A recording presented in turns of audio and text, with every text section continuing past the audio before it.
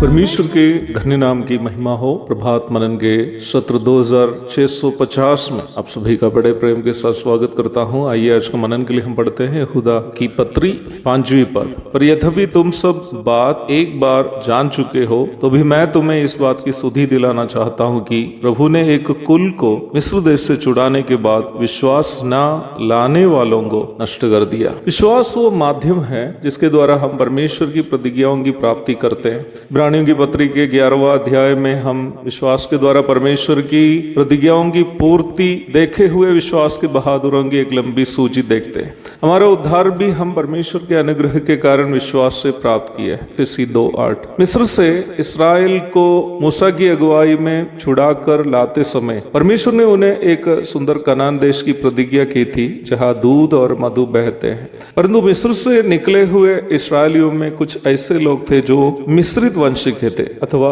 माता-पिताओं में कोई एक इस्राएली और दूसरा मिस्री। इस मिश्रित समूह यद्यपि इसराइल के साथ मरुभूमि यात्रा में क्यों न थे, पर उन लोगों के दिल हमेशा मिस्र में थे। इसराइल के अन्य लोग अलग अलग पापों में फंस जाने की वजह भी इस मिश्रित लोग थे।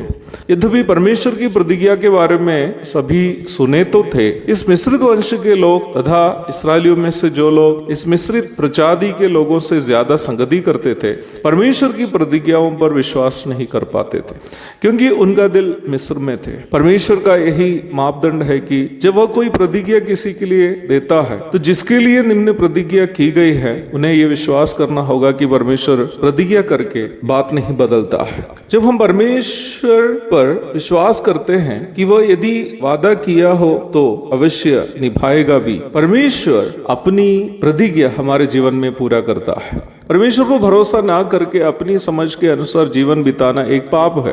परमेश्वर की इच्छा यह है कि उनका धर्मी विश्वास से जीवित रहे। पूर्व में हम इस विषय पर चर्चा की हुई है। मिस्र से निकले हुए लोगों में जो मिश्रित जाति के लोग थे और जो उनके सहयोगी इसराइली थे, परमेश्वर की प्रतिज्ञाओं से बढ़कर अपनी समझ के अनुसार जीवन बिताना चाहने वाले थे।